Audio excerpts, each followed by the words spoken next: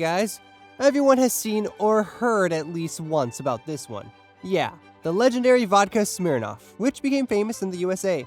How did that happen? Patience, my young friend, patience. Hey, hold on! What the hell are you doing here? You're underage! Relax, Brocc, I'm with my dad. Yeah, he's with me. Oh, okay, then meet Peter Smirnov. Yes, he founded the distillery in Moscow in 1863 under the trade name P.A. Smirnov.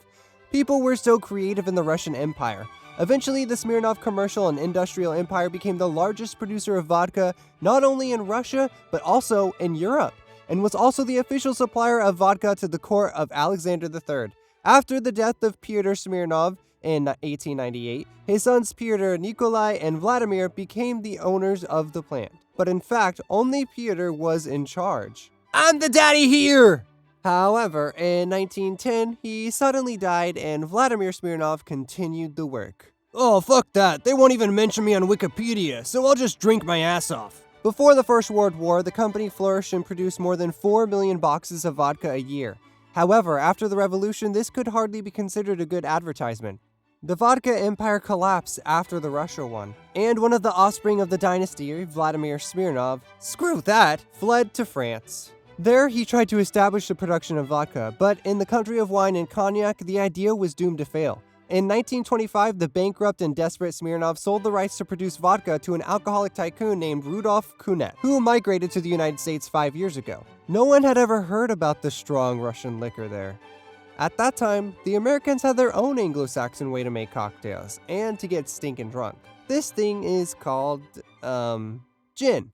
Also, all these 5 years, Prohibition reigned across the USA, and Kunet was 100% sure that it would end any day now. So he decided to play ahead of the curve and buy a new promising alcohol for future use. He acquired the rights to produce Smirnoff vodka in the USA and Canada for only $50,000. And of course, Kunet's instincts failed him. Prohibition lasted for another 8 long years. You could say it was a shockingly bad deal. Eventually in 1934, when Prohibition ended, Kunet finally opened a vodka factory in Bethel, Connecticut. But the Americans who missed their national liquor couldn't care less about the strange new drink. They swigged beer and whiskey and gin, catching up after all these unfortunate 14 years of Prohibition. Kunet somehow managed to sell 1,200 boxes, and even those were bought up exclusively by nostalgic Russian, Polish, and Jewish immigrants. In 1938, Kunet finally went bankrupt and tried to sell the rights to vodka to Hublein and Bros for $50,000, the same amount he paid Smirnoff. Damn, what a smart move. This sly dog tried to break even. But the owner of this company, John Martin, didn't have enough money, and instead he offered $14,000 and 5% of the sales of each bottle. Plus, Kunet became the head of the vodka division of the company. Of course, Kunet considered the offer a ripoff, but agreed. It was pretty slim pickings for him. Despite the fact that all the alcohol companies suffered heavy losses during Prohibition, Hublein managed to make a lot of money at that time. They profited by selling the popular A1 barbecue sauce, but even for them, $14,000, 5%, and a salary for Kunet was a risky deal. What's vodka? Who's this Smirnoff? Grain rectification passed through a carbon filter and diluted with water according to the precepts of a chemist named Mendeleev. All this was terribly alien to American consumers of those years. And the fact that vodka did not have any flavor, unlike whiskey or gin, baffled the tasters.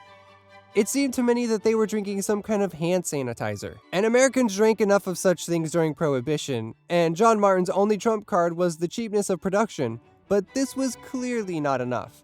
The company almost abandoned unprofitable production, until one day, the first carrier pigeon arrived with good news from the capital of South Carolina, the city of Columbia. A local distributor ordered 10 cases of vodka from the company for a sample, then 50, and then even 500. Someone, for some reason, drank enormous amounts of vodka and was not going to stop. John Martin personally went to Columbia to find out what the hell was going on there. And what he discovered was unexpected. The supplier, well, his company, Hublein & Bros, that is, mistakenly put tops labeled whiskey on vodka bottles. The distributor turned this mistake to his advantage by sticking labels with the inscription, Smirnoff White Whiskey, no smell, no taste. And people liked this idea. They started adding tasteless whiskey to cocktails, juice, and milk instead of gin. And that was the beginning of the vodka boom in North America. Martin came back from South Carolina elated. He immediately organized an advertising campaign, Smirnoff Leaves You Breathless, and Your Breath Doesn't Smell from Smirnoff. Vodka was promoted as a strong alcohol that would leave the breath fresh and wouldn't kill the taste of cocktails. Although you and I understand that vodka still leaves quite a stench in your mouth, the statement about its absence still made sense for Americans of those years. The smell from it was not yet familiar to a wide audience, so at first it was really possible to disguise it. Maybe a person spilled sanitizer. You never know. The same property made vodka popular in Hollywood. Drinking in the film industry in those years was more of the norm than the exception. So many actors signing a contract with the film studio pledged not to drink at the workplace. But did it stop anyone? The new drink became a salvation for many actors who preferred to hit the sauce for a sparkle in their eyes before going on set. Vodka in Hollywood in the 40s was something like cocaine in the early 70s, a thing for the rich and influential. A telling fact, as a huge party hosted by superstar Joan Crawford in 1947, basically nothing was served except champagne and vodka. Well, champagne with vodka. But the main engine that dragged vodka into American everyday life was the cocktail Moscow Mule. It was created in 1940 by the very American vodka pioneers Martin and Kunet when they were trying to figure out what the hell they could do with their new product. Besides vodka, their company had accumulated entire warehouses of unrealized ginger beer, and they needed to kill these two birds with one stone. Namely, mix vodka, ginger beer, and lime juice. And they decided to serve all this in copper mugs, which were produced by Martin's friend, Osline Schmidt. Concurrently, the heiress of the copper products factory, her business was also not doing very well, by the way. As a result, everyone benefited from the creation of the Moscow Mule. To promote the new cocktail, John Martin personally walked around the prestigious bars of New York with a Polaroid and gave the bartenders a taste of the Moscow Mule. As a rule, they were wary and didn't want to praise the new hooch right away. But Martin didn't need that. He photographed the bartenders drinking a cocktail, then went to another one and casually showed the bartenders photos of their colleagues. Look at that. Oh my god, what is this? Oh, sorry, the wrong one. They're drinking the Moscow Mule like there's no tomorrow in the bar next door. The demand is phenomenal. And it worked. Professional envy and thirst for other people's secrets forced bartenders, even those who didn't like the cocktail, to notice it. As soon as the Mule captured New York, the whole country was drinking it. And since 99.5% of all vodka in the States was made under the Smirnoff brand, the guy's business went uphill. Yay! But then came the Second World War and the company stopped producing liquor. Vodka became scarce. Aww. When the war ended, it reappeared on the shelves again. Yay! But new challenges were ahead. Aww. So during the Cold War, McCarthyism and the witch hunt, everything Russian became associated with the Red Menace, and vodka was no exception.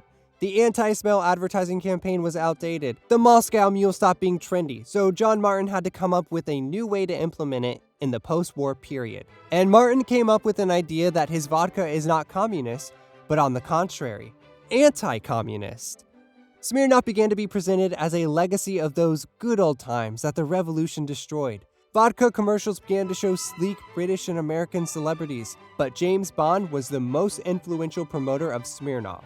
Boom boom boom boom boom boom boom boom boom boom boom boom boom boom boom boom boom boom. His image of an implacable enemy of the Soviet Union and the emphasis on the vodka martini cocktail helped create Smirnoff a new image. Now it was a globalist drink, and even the most zealous American patriot had nothing to worry about. The 1970s were the time of vodka's triumph in the USA. In 1975 alone, 303 million liters were sold in the US. In the 80s, its popularity grew even more, largely thanks to Andy Warhol's Absolute advertising and a new craze, vodka with energy drinks. So, vodka is still the best-selling strong alcoholic beverage in the USA, and this is just the result of a series of accidents and a couple of creative ideas by John Martin. It was all luck, or a premonition. Call it what you want.